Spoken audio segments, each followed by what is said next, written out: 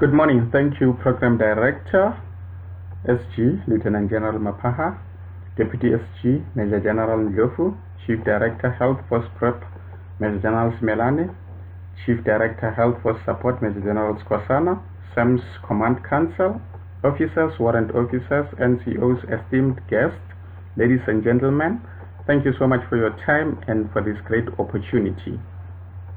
My name is Captain Mashatola, Industrial and Organizational Psychologist for Area Military Health Unit, Free State. I will be presenting to you breaking down barriers.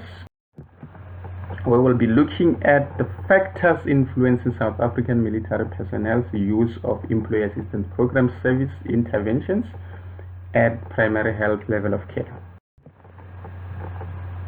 Oftentimes we think we've got more than enough time, or we've got too much time, and we are more than healthy until sickness kicks in. Time and health are two precious assets that we do not recognize and appreciate until they have been depleted. We are here to sensitize one another. We are here to reposition the organization in a way that we can better address, better respond to client services or patient services. The aim of this presentation is to provide a comprehensive analysis of factors that are influencing South African military personnel's use of employee assistance program at the primary health care level. The objectives are as follows: to emphasize the importance of EAPs, to identify the barriers, to highlight the roles of organizational support, to recommend solutions, and to motivate for leadership in terms of EAP intervention focus. The scope is as follows: introduction, understanding EAPs, barriers to utilization of EAPs, strategies to enhance utilization of EAPs, and concluding remarks. Right. All of us sitting here being present can agree with me when I say inherently a military environment inherently involves a high level of stress, where military personnel faces a multitude of stresses that can significantly impact their mental as well as physical health. Soldiers operate under conditions that are inherently stressful. The nature of military operation often subjects personnel to life-threatening situations leading to chronic stress, anxiety, and PTSD.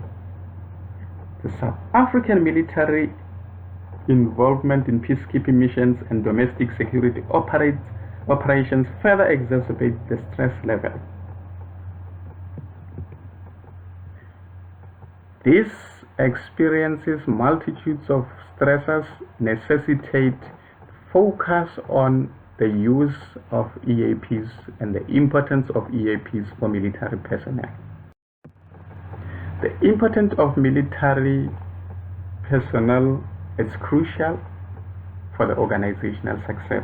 Therefore, there is a need to support military personnel by means of employee assistance programs, because they play a critical role in addressing the multifaceted challenges faced by military personnel. They provide confidential workplace counseling support services to help manage personnel, help reposition the organization for better performance and employee well-being. The focus here is on providing psychosocial support, stress management, and coping strategies to the employees so that they can be able to effectively and efficiently provide their services to the organization. Right. One should take note that employee assistance programs are work-based services designed to help the employees address a wide variety of personal as well as work-related problems that they may have. The focus here is on improving job performance, their health, as well as overall well-being by positioning the organization in a better way to respond to the external factors. There are several benefits to employee assistance counseling. The first one in terms of that is providing confidential counseling. And the primary one is in terms of early identification by offering accessible and confidential support. This can help military personnel to address issues before they escalate into more severe mental health problems. Early identification is crucial in preventing conditions like PTSD, depression, and anxiety from impairing soldiers' ability to perform their duties effectively. They also help promote resilience and readiness, which contributes to overall organizational wellness and resilience, as well as employee wellness, and provide support for families of military personnel, recognizing that the well-being of soldiers is closely linked to well-being of their family. Family support services can help address the unique challenges faced by this. So remember here, the focus is on promoting organizational health and operational readiness of soldiers. So one should bear in mind that for the soldiers to be able to provide effective services to the country, to the organization, their well-being comes first. Their psychological or their mental as well as physical health is important. What are the barriers to utilization to the use of employee assistance counseling? So in terms of this, when I was conducting roadshow on mental health in the workplace, it became clear to me that we still have a long way to go. We still need to re-look into our consultation in terms of our services. So it became clear that there are members who are still experiencing stigma in terms of accessing and using of services, professional services. There's a stigma and cultural perceptions. So one of the primary barriers today is in terms of the utilization of EAPs is the stigma associated with seeking help. Often military culture emphasizes toughness, resilience, and self-reliance, which can discourage personnel from admitting to struggles or seeking assistance. That's why it's important to frame conversations around mental health in a way that is friendly, in a way that is welcoming. Military culture and stigma of seeking help military culture should also be communicated in a way that is in line with organizational goal and with strategic imperatives. There is also a lack of awareness in terms of the factors that are hindering EAPs utilization. So in terms of lack of awareness is members, soldiers not knowing, their families not knowing where to go in terms of services, in terms of their mental health services and other services that may be beneficial to them.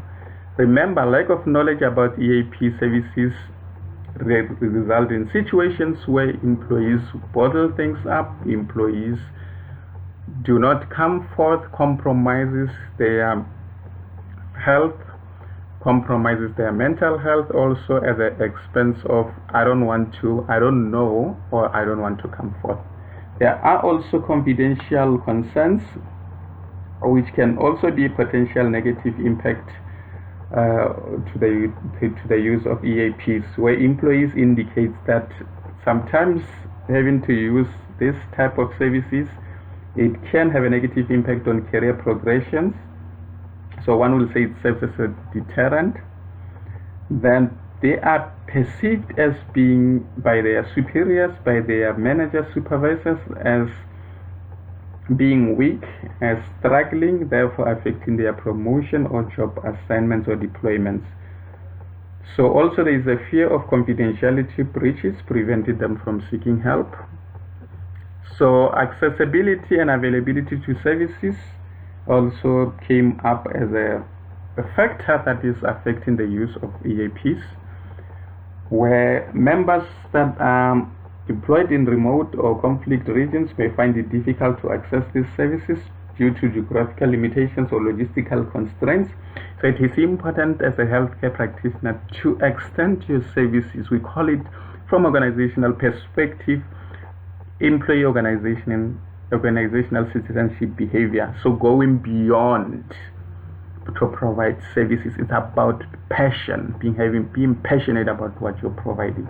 And again, the last one is organizational support and importance of leadership. There, the need to tap into, to have leadership endorsement, to encourage subordinates to come forth, because one of the things that I can remember in terms of other presenters is when one of the presenters alluded to, if you are hurting, I'm also hurting. If we take it from that perspective, and we are encouraging that it is okay to seek help, it is okay to look out for yourself, because the organization depends on you, because the organizational readiness, the organizational success depends on you. Right.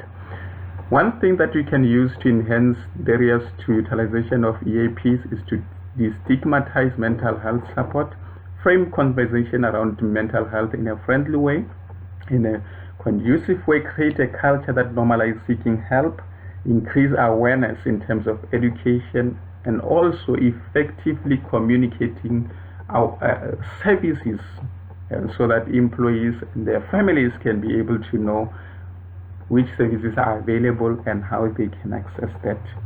Ensuring confidentiality, which is in line with the patient's rights. You know all about that as healthcare practitioners. Also the Vatupili principles, and also remaining mindful of the fact that according to the Constitution, as alluded by one of the presenters, every individual has the right to access health services. This is in line with Section 27, subsection 1 of the Constitution. Right. We communicate privacy measures. It's important due to the advent of POPI Act, because everyone has the right to privacy. Everyone, especially when it comes to medical confidentiality, please.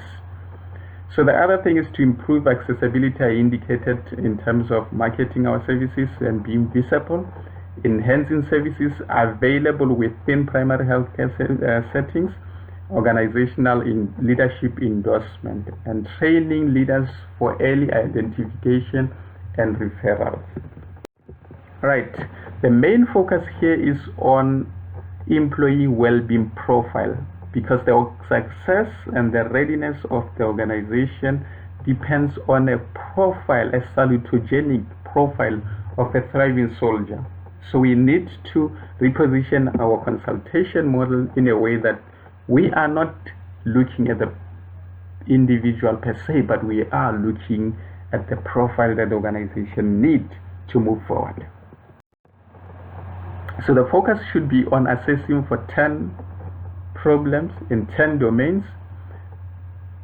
The ones that I indicated here: symptoms, signs related to anxiety, depression, self-esteem problems, marital problems, family problems, external stressors, interpersonal conflict, work adjustment, problem minimization is the extent to which an individual underreports the challenges that they are faced, and substance abuse as a coping strategy. So these areas, 10 areas, are correlated with independent measure. Hence, I encourage focusing on them. Right. So this is the schematic representation of the profile. So you'll see at the bottom row score, at the bottom 21 to 27, it's all those 10 areas that I indicated in the previous slide. So quickly interpreting this profile, you'll be looking at FP, family problems, 26. This is an individual who's experiencing family problems. Then you move to the next one, attributing the causes of their problems to external. It's not me, it's other people, it's other factors external to me. 26, I see interpersonal conflict. This person not having good relationship with other people, and resulting in this individual not adjusting well in the working environment, WA, work adjustment. And PM, problem minimization, not reporting everything as they are experiencing it. And 27, SA is not for South Africa, it's for substance abuse. So this individual tend to resort to substance for coping mechanism. Right. Let's move on to healthcare practitioner consultation focus, the focus should be not on discriminating or judging or putting labels on patients or on individuals, but should be on employee well-being profile. So when you consulting with the individual, focus should be on the profile. The aim is to provide general counseling to the individual, and also to attend to the workplace counseling, so that we can be able to also reposition the organization in terms of employee well-being and organizational health. So this can be approached in the individual or also in group setups. It is also important that we adhere to conducive testing conditions. So the outcome is for healthcare practitioner to reposition himself or herself for early identification of common psychosocial problems, as well as prompt referral to other professionals for short-term or long-term intervention, whichever the case. So the reason behind this is we need a robust assessment, which I have already identified it, focusing on or tapping into the 10 domains that I indicated earlier on. It's a 120 item based on 4-point scale, which takes 20 minutes to administer, and then 20 minutes, suppose you take it consulting with the patient for the first session. And this is quite a psychometrically sound assessment in terms of the psychometric properties. The end result of it there is to have a salutogenic profile of a thriving soldier to guide the organization forward, and to have ultimately to have an organization that can rely on soldiers who are able confidently to execute tactical requirements as informed by strategic imperatives. All right. The recommendation is to periodically implement EAPs, to identify emerging issues as soon as possible, and to tailor. The moment you adopt this consultation approach that I'm recommending, or that I've just presented, is the benefits are you are definitely going to be able to have specific interventions. You will also be able to identify your low utilization rates and potential barriers, and also be able to integrate these results within the existing risk assessment, as well as confidential feedback systems that we are currently having. So in conclusion, I would like to indicate that if we adopt this, and when we adopted this STENS consultation model, one is able to look at the employee profile, to have a salutogenic employee profile of a thriving soldier, where the focus will be on promoting mental and emotional health of employees, which will also help us in maintaining a productive and effective workforce. On an individual level, this will help to employee and soldiers to personally navigate profession and professionally be mindful of the challenges that can stand in their way, and by helping employees, will also be helping the organization to overall achieve organizational success and organizational health through specific targeted interventions towards military health excellence. Right. These are the references that I use. You're more than welcome to consult. Thank you so much for your time and for your patience. You've been a great audience. I'm leaving you with this quote: the greatest gift you can give your family and yourself and the organization, it's a healthy you. Remember, you cannot pour from an empty cup. Remember, the organization needs you. The organization relies on your mental as well as physical health. Thank you so much for your time. Over to you, Program Director.